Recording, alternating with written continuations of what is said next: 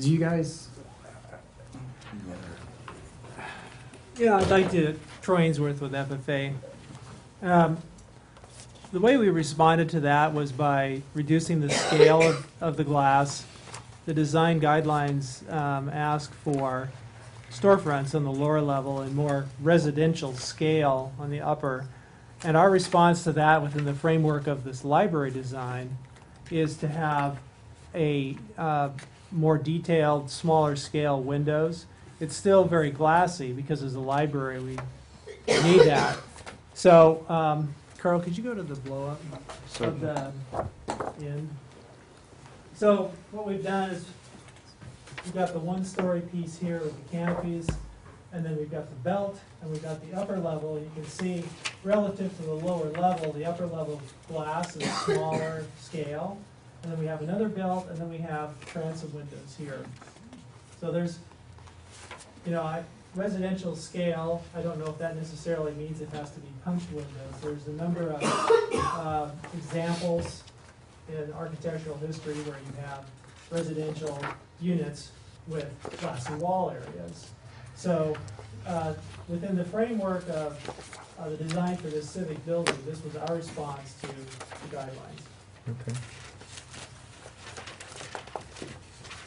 Did you want to add anything, Yes, Eric? Eric Wilcox, also from FFA Architects. The three-bay system that we have there is very similar to a number of the buildings in Canby. I think the Brewpub, I'm not sure exactly the name of that building, also has that three-module with many of them also have the transoms, the smaller panels at the top to break that scale so it's not an imposing commercial building. It does try to pick up the residential scale of the upper levels as part of that design concept. It does extend all the way to the sidewalk, and in a way to keep the library open and available visually and physically to the community, we went with a lot of glass along there to make that an inviting element on a sidewalk. So, Other questions for these gentlemen? I have just a comment that I really like the new landscaping, especially across the back, because it looks so plain, and people from First Street look across there, and that's going to add a lot to it, I think. I really appreciate taking the time to do that. Thank you. Mr. Chair. Yes. As for the landscaping, do you have something that points out what was there before and what's now there, as to where exactly it was added? you mean from what we had last time? Yes. Previous? Scott, Carl, if you could go back to the plan, I could show you. I could point out real quick. We don't have a specific drawing, but I could show you if you don't mind. The original landscape, which is actually essentially the existing landscape right now, is right in this area here, and then right in front of the building here, and it straddles an existing ramp right there. All the rest of this site is hardscape. It's all asphalt. So what we, our addition was extending the landscaping into the ramp, and then just taking out the old driveway, what was the old fire station driveway, and landscaping that, and then as you see going down here with landscaping down the side. So in that in numbers, what you're saying is that's 2,000 square feet that you've added. Roughly, yes. Because I was looking at this piece that just goes along the driveway. There and there. Right. You're only looking at about 400 between those two. Well, it's 6 feet wide by about 90 feet here, and about 6 feet wide by about, I want to say 80 feet here. So I was trying to take it scaled off the print, and I was having issues with trying to figure out what exactly was there. The big area we got, the big chunk of landscaping we were able to grab was right here, because that's all, right now, all concrete. So that big chunk there, the ramp, and we made these planters a little bit bigger. So, it was a challenge. I mean, you guys challenged us to do better, and I think the net result is, it is a better building. And sometimes we kind of grouse about agencies saying, well, push hard, push us hard, but you did, and I think it's a better building because of that. But we did, there is the sidewall area landscaping here. We also get to account some of that. I think the way it's worded is 5% of the 5% of the 7.5% can be impervious pavers. So even though there's about 300 square feet of pervious paver, or 400 square feet in this area. We're only accounting for about 115, that's all they apply. But it does get us up over the 2284, which is the 7.5% of the original site. And it does not, also, it does not include any of the off-site, the Cub side of the property or around the transformer right now. There was a grass paver that I read something about. It's called grass pave? Something like that, yeah. That I was a little confused by. What exactly is that? It's a plastic mat, basically, that is put down about 3 inches below grade, and then is planted on top. And I don't know if I have a cut sheet on it, but it's planted on top, and it will support like a fire engine outrigger. So you can, when you come in and put those big outriggers on, you can drive on it, you can park on it. It's really not intended to drive on or intended to park on, because cars will be right on it. But from a bicycle parking area and a landscape area, it should work very well. So it'll be grass then? It will be grass. But For it all has practical purpose, it'll look like just like grass.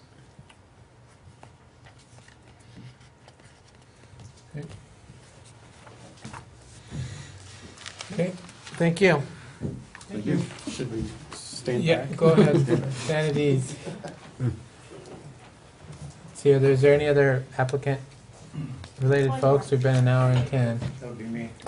I guess I'm part of the team. Okay, My name is Greg Ellis. I'm city administrator. My address is 160 North Birch. Thanks. And what I want to talk about, actually, was a couple things. I want to talk about the ownership and the two-story requirement. And the ownership is something that both of our boards, the City Council and the Canby Utility Board, have told their CEOs, general manager, to go forth and do. And Matt can get up here and talk about what Cub has done. But we went forth and done that. And I have been to 2 executive session meetings that my council has said go forth and continue to do what you're doing in terms of getting the property purchased. It's still an executive session. Matt will be in an executive session tomorrow, so I can't necessarily show you that, but I've got a document here that is a tentative agreement that both Matt and I have looked at. So we are there, and I understand the timing. Why couldn't we wait until tomorrow? But it doesn't necessarily get us to the final thing in terms of purchasing that property. We still have to have the approval of this body to move forward. So it's a catch-22. Have we purchased the property? And no, we haven't, because we don't have approval from this body. But another thing I'd like to... before you Go move ahead. to a different topic? is there well, any actually, I'm other going to stay thing? on this topic. I just had more Oh, comments okay, on go this ahead. topic. I'll wait. Something that Ms. Richter said was that the planning director could choose to take that application in, which he did. And you have stated that one of the things this body, the commission, is worried about is looking to give special treatment or appearing to give special treatment to the city because they're part of the city. And I'm saying we shouldn't get special treatment, I agree, but we shouldn't be held to a higher standard either. And this body has given conditions of approval on many applications. And that's all we're saying is that this would be a condition of approval. Nothing's going to happen until we get this property purchased and it is in our hands. We would not do anything. Canby Utility would not let us, and I don't have any problem with that. But in terms of getting special treatment, I don't think we should either, but we shouldn't be held to a higher standard than any other applicant. So I'm going on to another subject Okay, now, but- yeah, I want to ask you a question on that. Why couldn't the city in this capacity, in this situation, do a contingent purchase and sale agreement of some sort, like other developers would do? If they came into us, any other developer off the street would have to say, I have a contract to purchase this if I get it approved. And otherwise, we basically wouldn't consider it. And that's what we're talking about, not adding a condition after the fact. This is a different scenario than what somebody else would have to do. They would have to have a contract, that they've signed that says that they have an agreement to purchase it if it's approved. So that's, I think, the concern there. Can you address? Yeah, and again, it's a land sale, and there's executive session, like I said, and there are terms that we may not want to get out until we come to a planning commission, not planning commission, a city council, where we would talk about those terms in a public setting. And that would be, hopefully, if this was approved tonight, we would make this into a public session on the 19th, depending on Cub's approval tomorrow night. But that's when we would go to the planning, or the city council for approval in a public setting, asking for approval to purchase this property.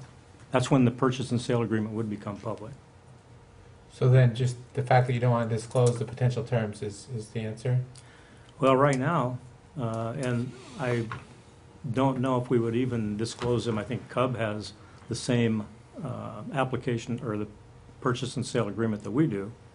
So they may want to make that clear tomorrow night. I don't think they're going to make that part of their public hearing tomorrow, or the public meeting. Okay.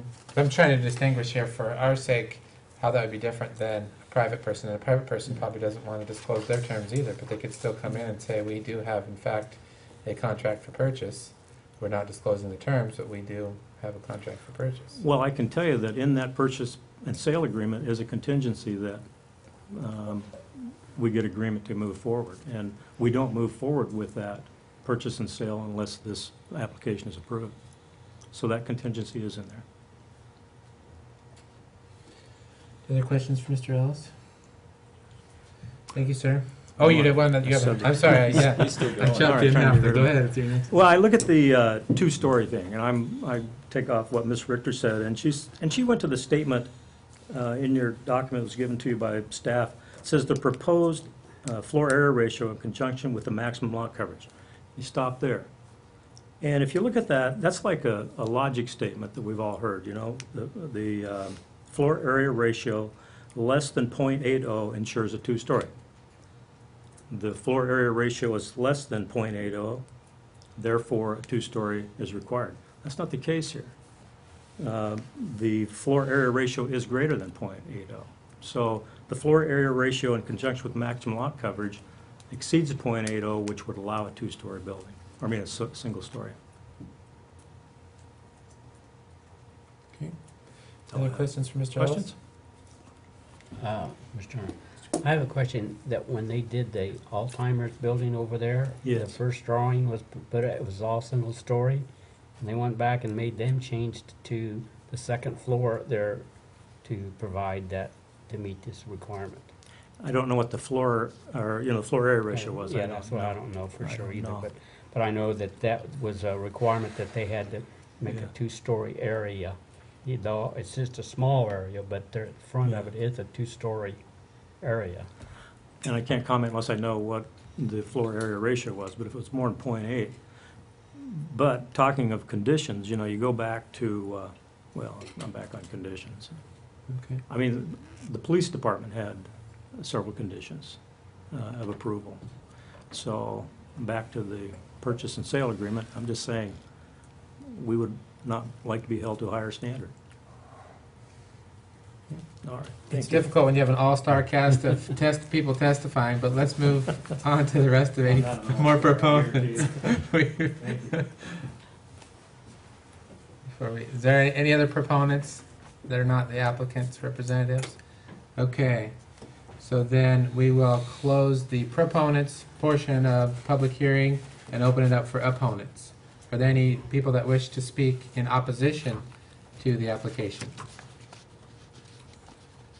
Last time we had two neutrals, I think. Are there any neutrals that wish to speak? I see them both in the audience. Okay, let's, Mr. Backstrom.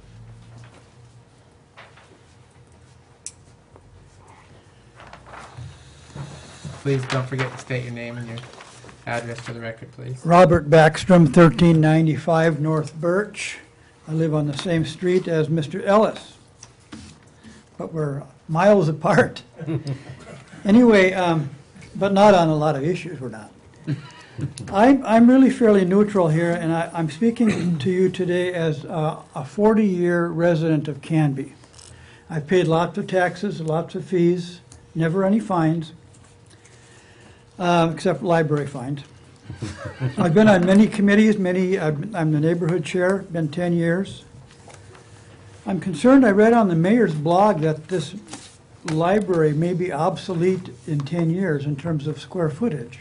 I don't know, really, I didn't pay much attention to that, but you guys might know about that, and I didn't pursue that. But that kind of alarmed me, where it said that it'll be obsolete in size, but yet it'll only be half paid for at that time.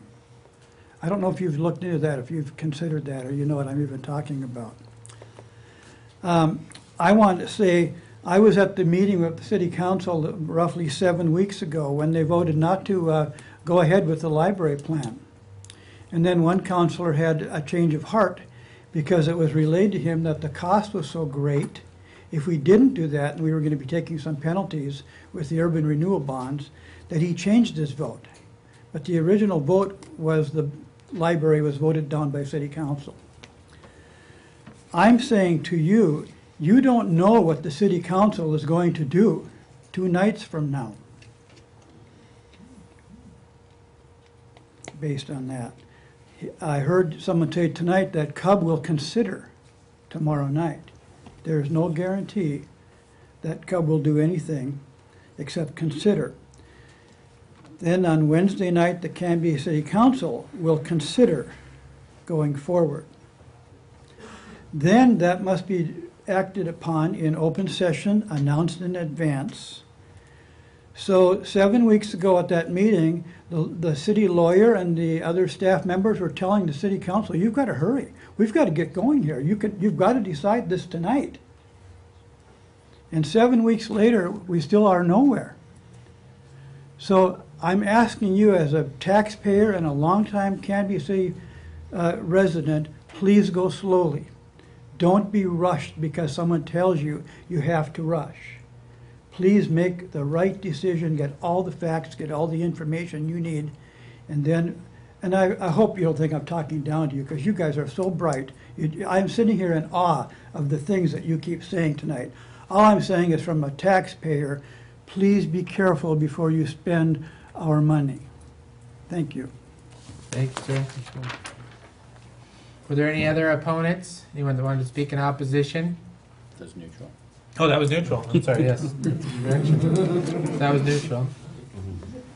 Any more neutrals? No neutrals. Okay, so then we will then go to rebuttal by the applicants. Is there any rebuttal? Let's try and keep it abbreviated. There wasn't any opposition that spoke, so try and keep it very brief if you can. Troy Ainsworth with FFA again. I'd like to just address the comment about the library being obsolete in 10 years.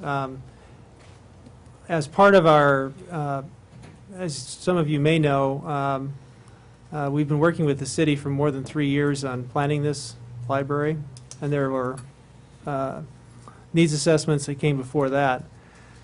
And so the last version of this in our planning from last year, our needs assessment and our programming established recommended size for the library that went out longer than 10 years.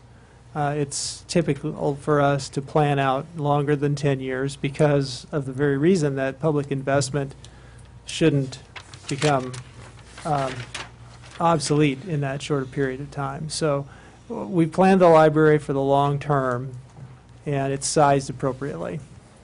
And what is the term that you plan the library for? We used demographics data out 15 years. It's been our experience that if you go out much further than 15 to 20 years, that it's hard to predict, how the demographics will actually play out. But what we're saying is that we've designed it as to the best of our knowledge and our abilities for the long term. And it doesn't mean that in 15 years the library will be obsolete. All it means is that it will be sized correctly for the anticipated service area population in the year 2028. So, correct me, my math is close. The math sounds to be close here, but if that was done 3 years ago and it's done for 15 years, it'd be 12 more years? We updated it. We updated it in the most recent design round. That's why I was saying that we've worked on updating it each year. We've come back and reworked this, because we've gone through several iterations of it, and each year we did it. For example, when the census came along in 2010, in 2011, then we used new information.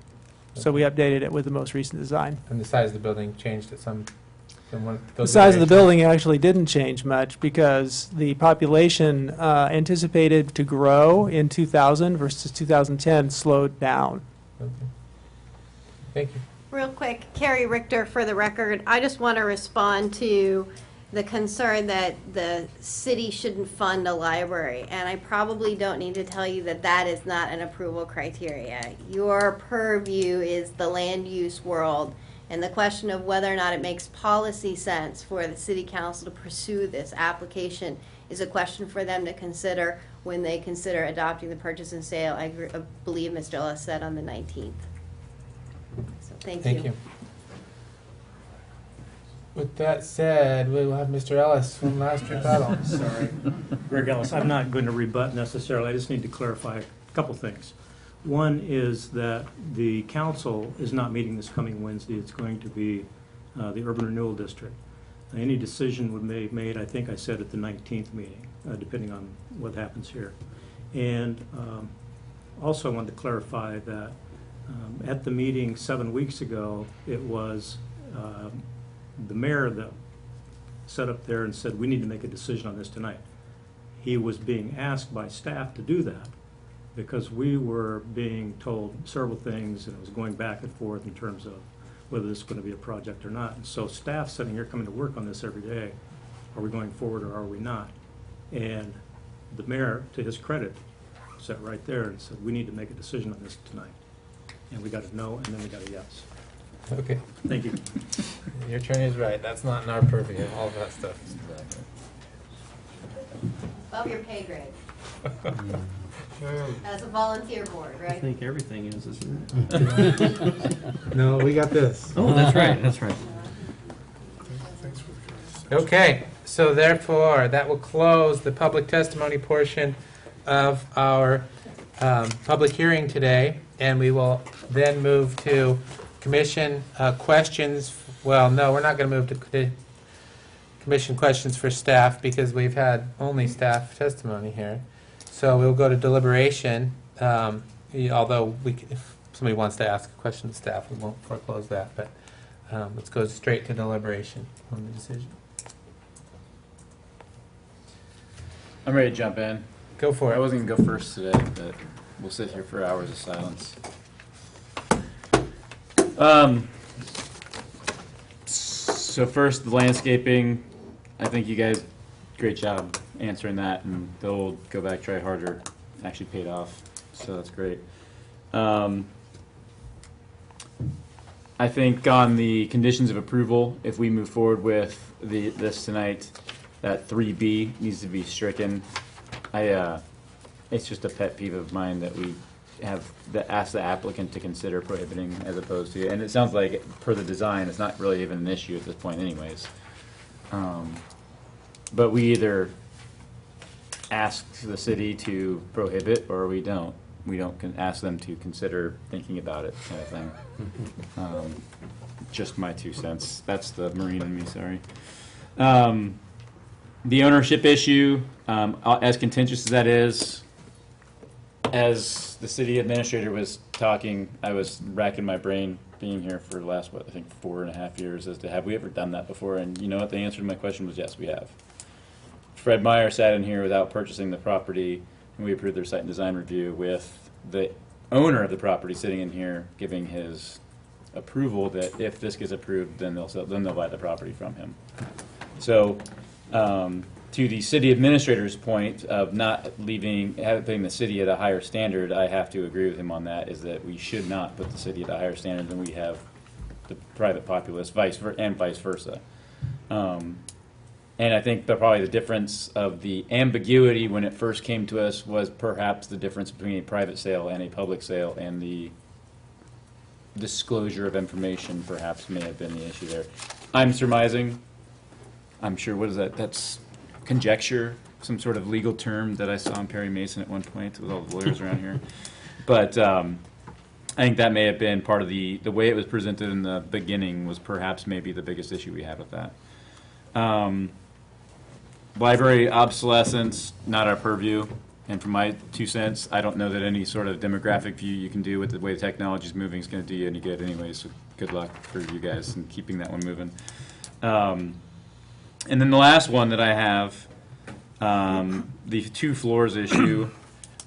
This is where I think our code somewhat conflicts with itself. That first statement, the purpose statement, as we'll call, it's very clear. It says these will ensure. That means to me the intent is.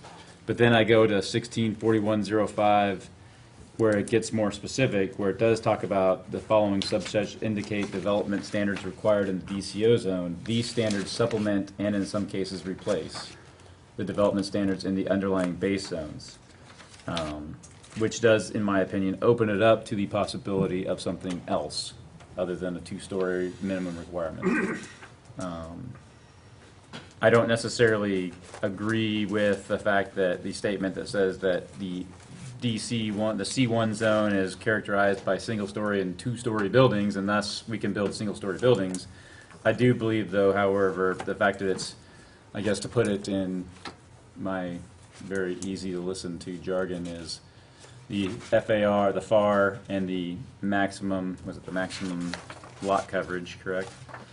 I believe is what it says. Mm-hmm. Maximum lot coverage, that's 1 plus 1 will equal 2. Or if you don't have 1, then it's 2 plus 0 equals 2 kind of thing. So that's my interpretation at this point. At least my issues have been alleviated. My concerns, at least, have been. Maybe not to the 100% quartile because of that statement that says ensures. Once again, I'm a guy who believes in intent, not just the less necessarily the specific letters, especially when you have conflicting standards in there. But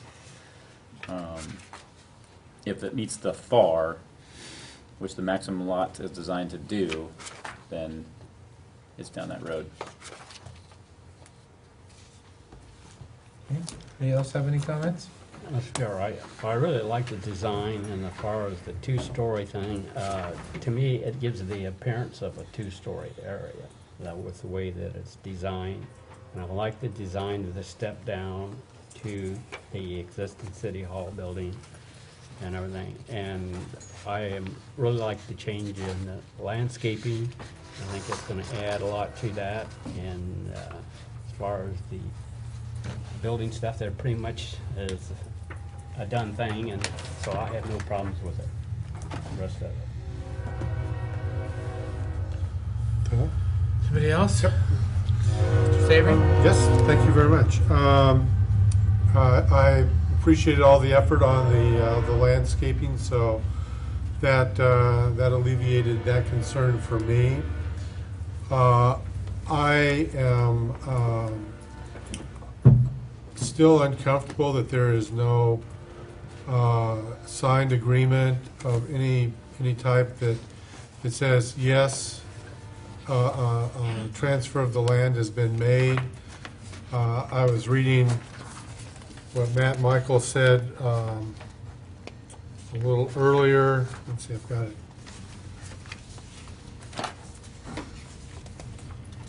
He had some concerns. If I can just find it here, I had it. Oh yeah.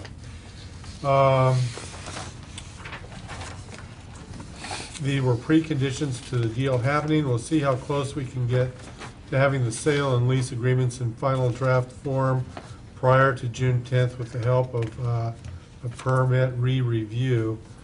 I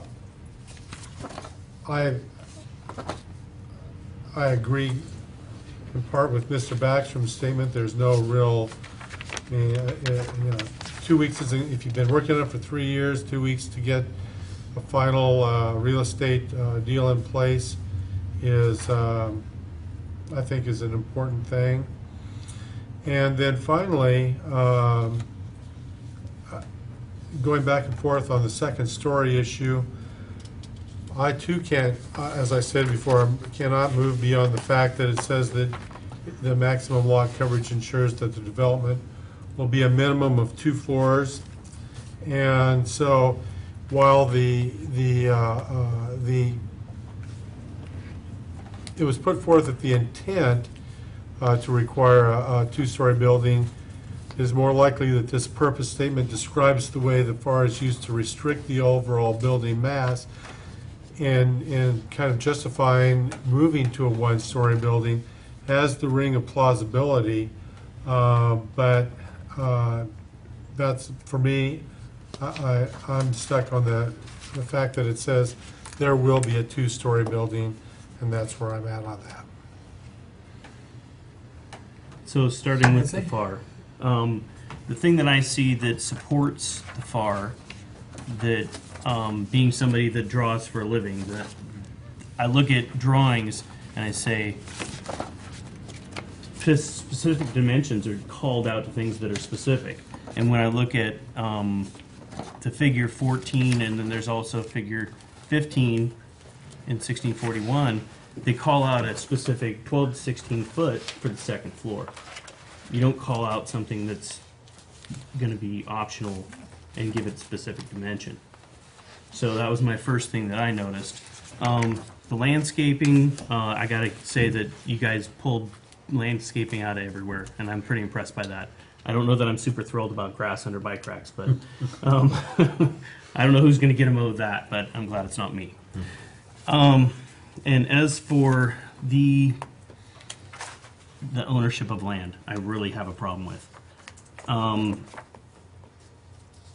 Understanding that there is a tentative agreement, but yet looking at the form that we were forwarded today from Matt Michaels, he even states in there that they're still not comfortable with giving consent to the application as a property owner.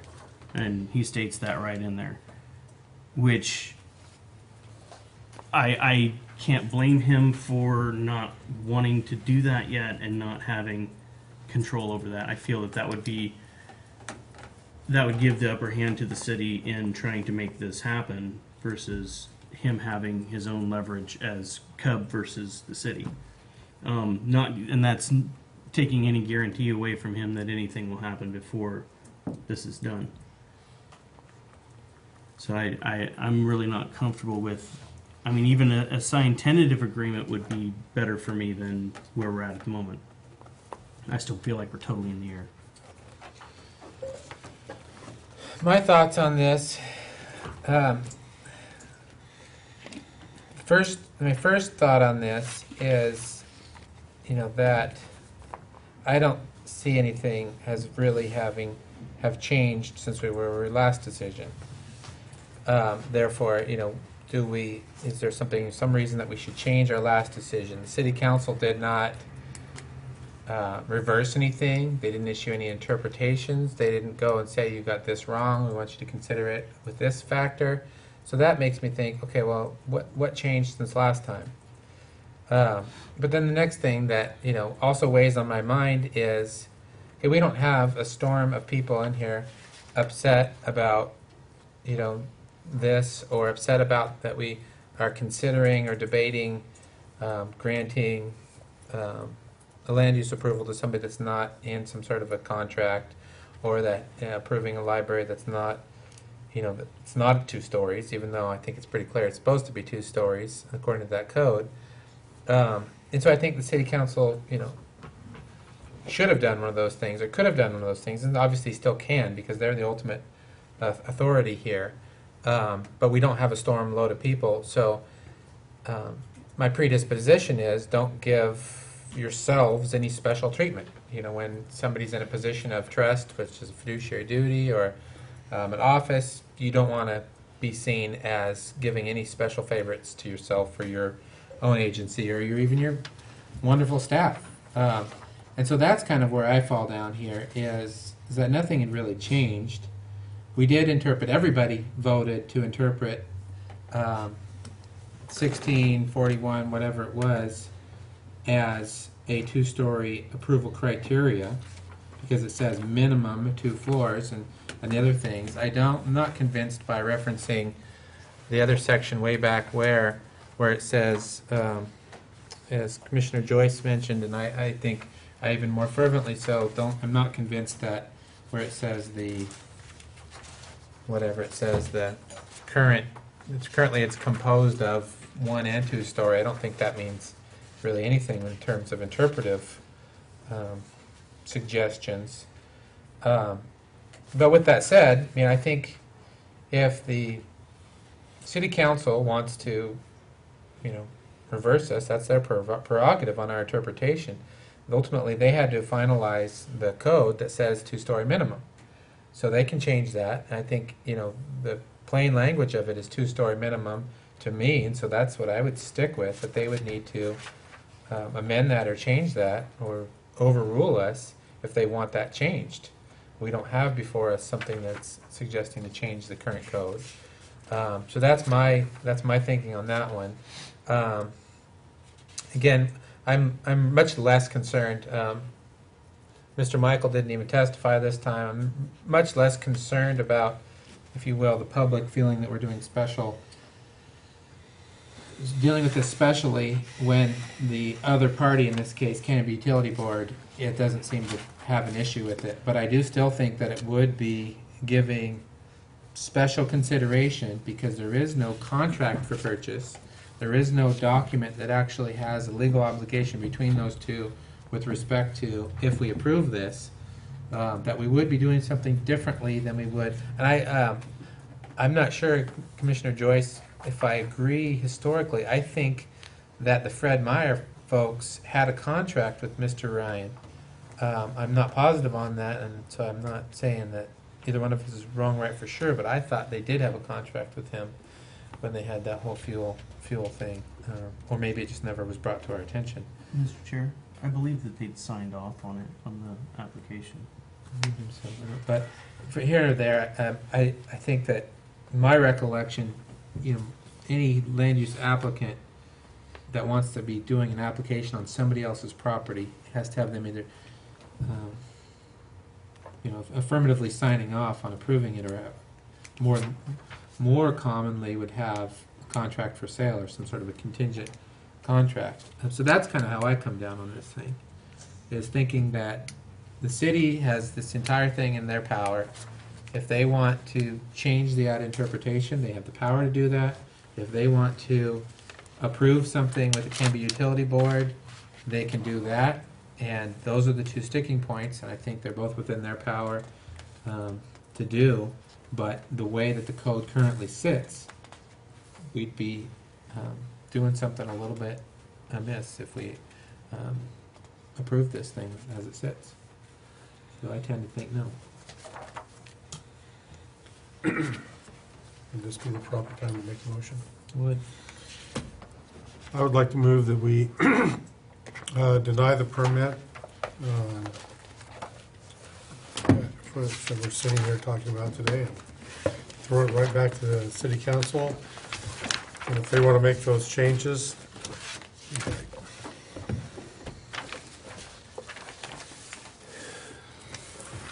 Mr. Saber, we need you to do a little bit more detail probably. If you're going to make a motion on one, give us a little detail that the other commissioners would consider in Okay. terms of the body of your motion. So as you've seen in the past, there's been debate on bullet okay, points or I would like anything. to move that we deny the motion based on the fact that that it is not a two-story building as the code requires, and that there are no signed documents for the purchase of the land at this particular time.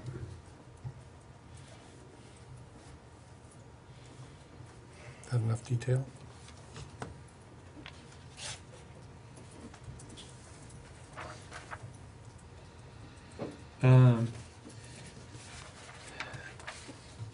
It's your motion. You can make the motion the way you want to make it. Just keep in mind, we have approval criteria, and just a commentary on your motion. Since there hasn't been a second yet, it's still open Yeah. for debate. Sure. I don't think the signed documents are necessarily the approval criteria. And so I would suggest, and since we're in discussion, that you don't use that language. If you're wanting to get to that they're not the owner of the property, That's where, that would be- that's I where I think would that's like to where be, yes.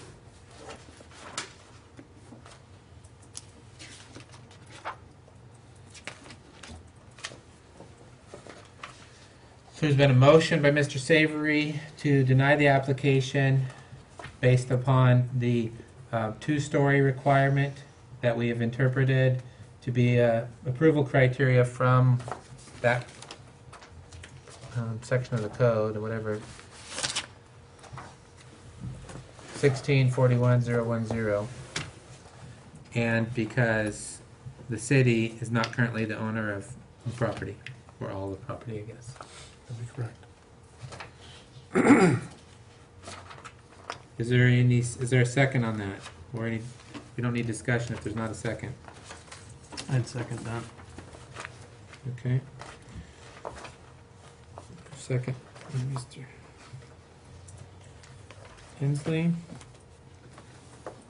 Is there any discussion on that motion? No discussion. Okay. Then we will move directly to the vote. All in favor of Mr. Savory's motion to deny the application based on the two-story requirement and that the city is not currently the owner of all of the property reasons, signify by saying aye. Aye. All those opposed signify by saying nay. Nay. 3-2. The application is denied. So, Chair, on your agenda, I'd like you to move to the findings, written findings that we prepared dealing Okay. with the denial, then, where we've left blanks, where we can fill in That's the this exact one, the wording. Page 118 version.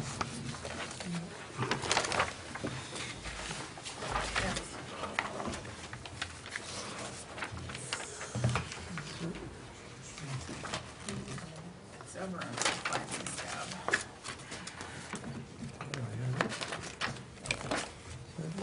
To deny right there. That's- Here's the-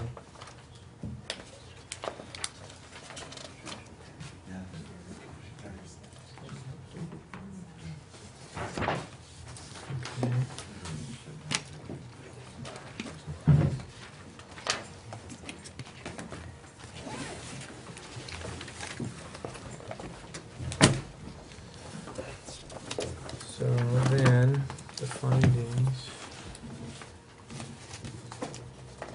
I'm gonna write out some proposed language. Unless there's any objection, I'll write out proposed language to reflect that Mr. Savory's motion on this little form here. So actually, before I use the form, let me write it somewhere else and see if that comports with. Need some more papers. Because this is a fill-in-the-blanks form. So, following additional findings beyond those contained in the staff report to arrive at their decision, colon, it was, should be CDC 164110.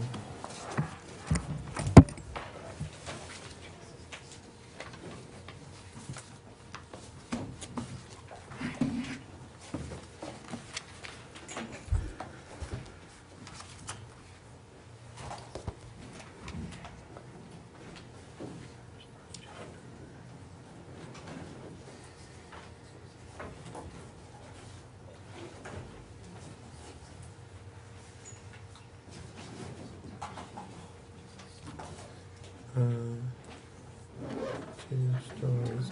So with respect to the first one, I was going to write in there, Canby Development Code, CDC 160411010 is currently an approval criteria, and the design is not two stories. Is that Correct. the affirmative votes, does that reflect yours? Mhm. Findings. And then the second one was...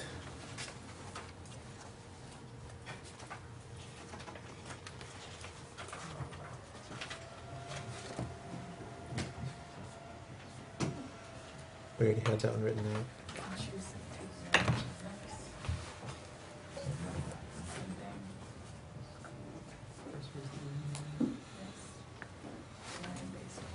Okay, so, and the second one, I would say, the city of Canby is not currently the owner of all of the property. Is that sufficient? Yeah, that's Okay. fine. Okay, I will write those in here. Do you guys want me to write that in here, or can you read my handwriting, or do you want me to give you the notes and you write it in here? Yeah, I'd Sure, and- appreciate having your notes, I think. Okay. We'll get it If you closer. want some proposed wording to steal from. Oh, is there use- proposed wording on? No, Well, Denial? you even use the the- wording from the remand from council back to the commission. It said commission Very similar. denied based on 1, 2, 3. Well, okay. So, I don't know. And this time it's just 1, 2, or, okay. Yeah. Sure, Maybe page anything that- 52 of your packet. Easier would be helpful.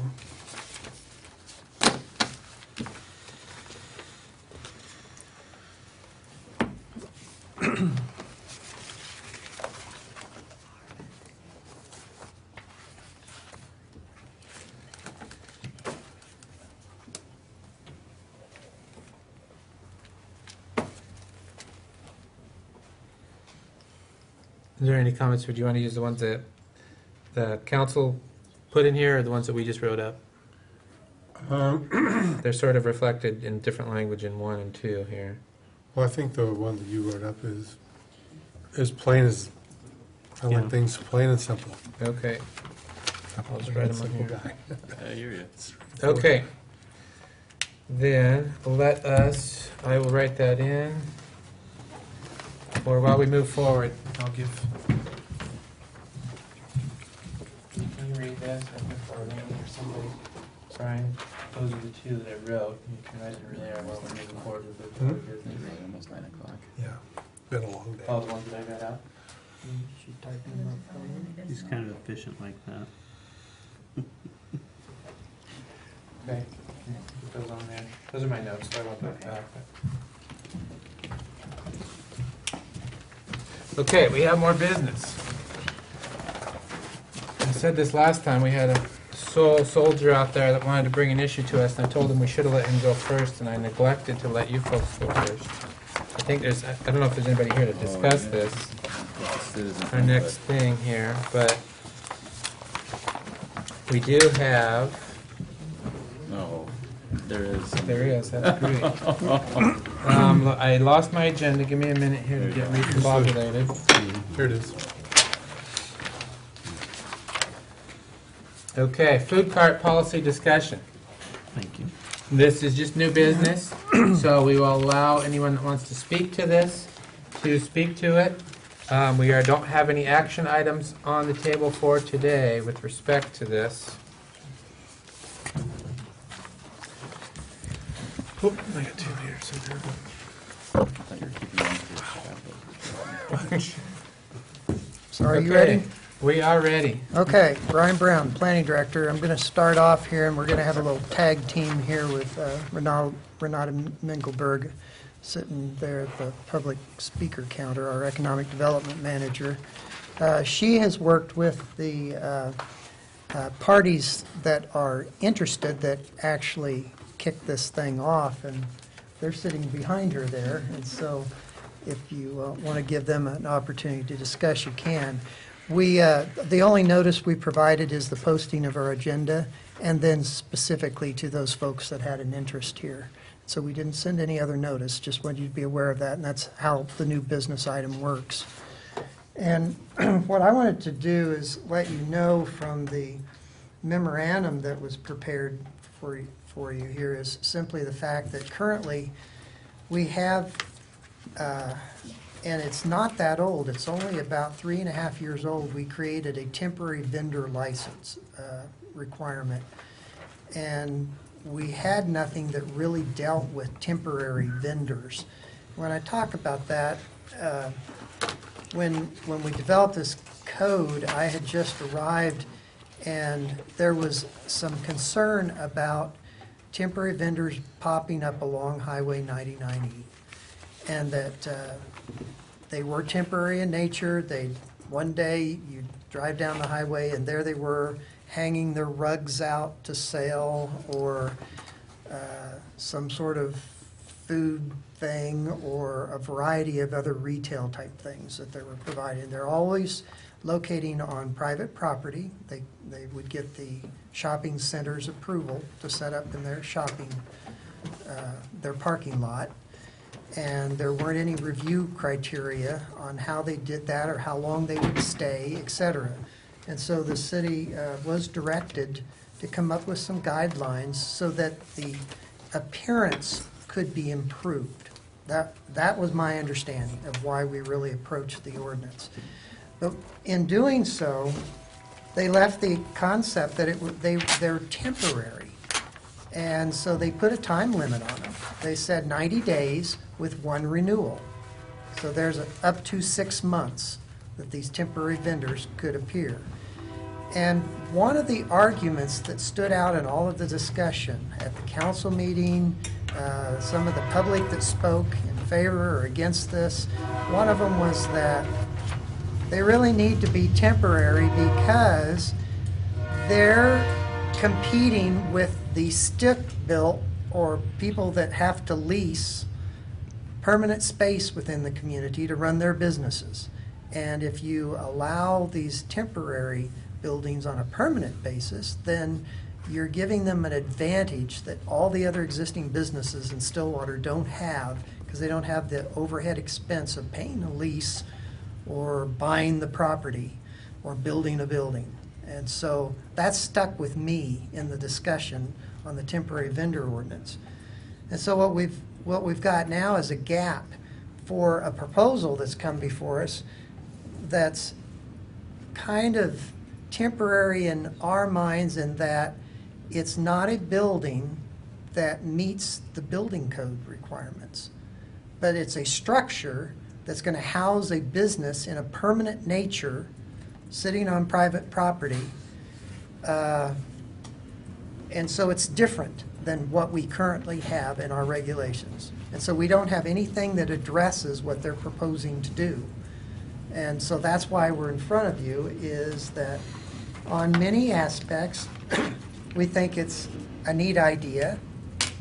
Apparently they've gone through state departments and have gotten approval for this concept of manufacturing food right in this small little building and selling it from the small building. And there's no reason why they couldn't do that on a permanent basis if they can find somebody willing to allow them to put it on their private property.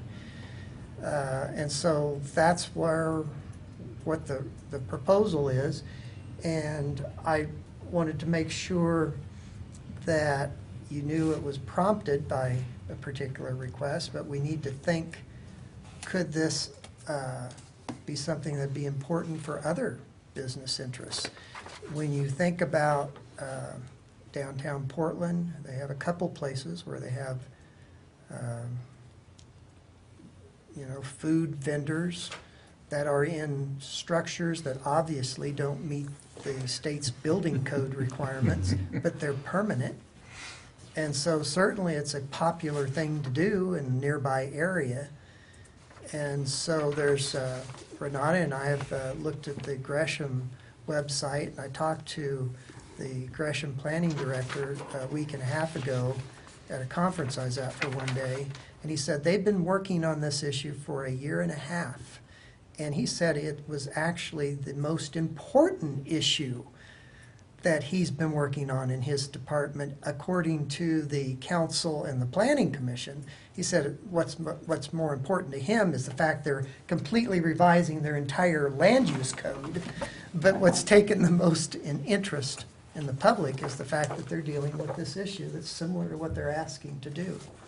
So we thought it merited your discussion to give us some direction or such. And I thought I'd give Renata a chance to tell you a little bit more about the individuals that are behind her and what they proposed. In the packet that you have before you, the very last page shows you an example of what they would be proposing. We did talk with the vendor and learn more about them. They have talked with a property owner that's willing, that would provide the electricity and the access to the water. They had an agreement with a site in Aurora, but there was only 3 spaces available, and in the interim that space has evaporated. So now they are homeless, so to speak. They can't have their cart in at their residence because that's not permitted by our zoning code. So in essence, they have an idea, they've got it approved, they've got a great product, but they don't have a place for it. And so there are competing schools of thought here from an economic development perspective. Opportunities for entrepreneurship are important. There is actually there's no restaurant space in the city at this moment that they could lease even if they wanted to. And to lease an existing space is a pretty high barrier to entry for a new product. And so we proposed this interim solution. The one thing I didn't mention is that we do have a Main Street program that is designed to have a vital, vibrant downtown that has activities going on, and so having food carts definitely draws people. It provides food or other product options that may not be available downtown.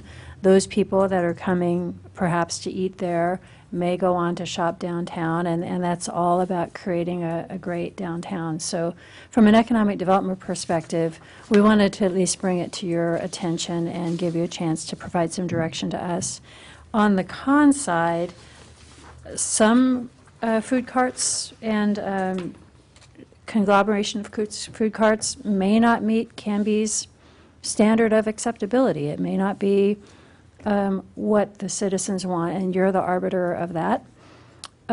Also, it provides a competitive advantage to the food cart owner, as Brian had mentioned. It's a lot less expensive, and they may be competing head-to-head on the food that they're offering that other restaurants in town are offering. So there may be some concern by existing businesses about unfair competition. And I think I've touched on the design standards. So we've tried to find a middle ground for you to consider that puts the Main Street program at the forefront in reviewing it for acceptable design standards, puts the planning director in a position to look at it to make sure it meets the design standards of the City of Canby, as well as safety standards and other considerations that he needs to look at and to advise you appropriately. And then finally gives you the final authority to say yay or nay on each application. We also would ask them to provide a rendering or drawing of the food cart, a feeling for the context so that you can evaluate whether it really fits, encouragement that it fits the downtown garden spot theme, which has been embraced by the community, and then also provide the documentation that it meets health standards, insurance standards, has a business license, etc. So the final consideration is the conditional use application fee, which currently is $2,040, which is a pretty high hurdle for a very small business starting out. So we would propose that be reduced to $250. So with that, happy to answer questions, or can invite the business to answer any questions you might have. Of course, you wouldn't be approving that today. If you were to encourage us to proceed forward, we would develop language for you to adopt, and then they would be coming before you eventually. Okay, with that said, what I'd like to do next on this is open it up for dialogue. I don't think we necessarily need to have the folks that want to do the business do a presentation of any sort, but I don't want to foreclose them from participating. So why don't we do this? The commission, we can have a little bit of a dialogue. Staff has a very good, some options, presented us with some options. We can start discussing it. If anybody wants to ask these folks, because they're committed time to come here today, any particulars about, how theirs might fit into a rubric that I'm thinking to get the cart up with the horse. I'm thinking, no pun intended, the cart. That's clever. But I'm thinking that we establish some sort of a rubric. Like Brian said, there's a little bit of a gap. that we come up with some definitions. It would be my sort of momentum, I guess. We come up with some definitions to make these things a little bit more available. And while we're doing that, maybe we mention it to them, or while we bounce around ideas, maybe we see what their thoughts are on some ideas. A couple of things that stood out to me right away was the fee is astronomical for a small business like that, and I agree with who that needs to be backed off to where it can be feasible for them to pay the fee. You know, $2,000 for a small business in that kind of state. You know, Brian, how did we come up with that fee? Well, the fee that this is talking about, the established fees, conditional use permit, is based upon our best estimate of what cost recovery is of staff's time, because you have to realize a conditional use involves a very in-depth staff report. It involves a public hearing. It involves all the notice preparation, setting the sign on the property and the 500-foot radius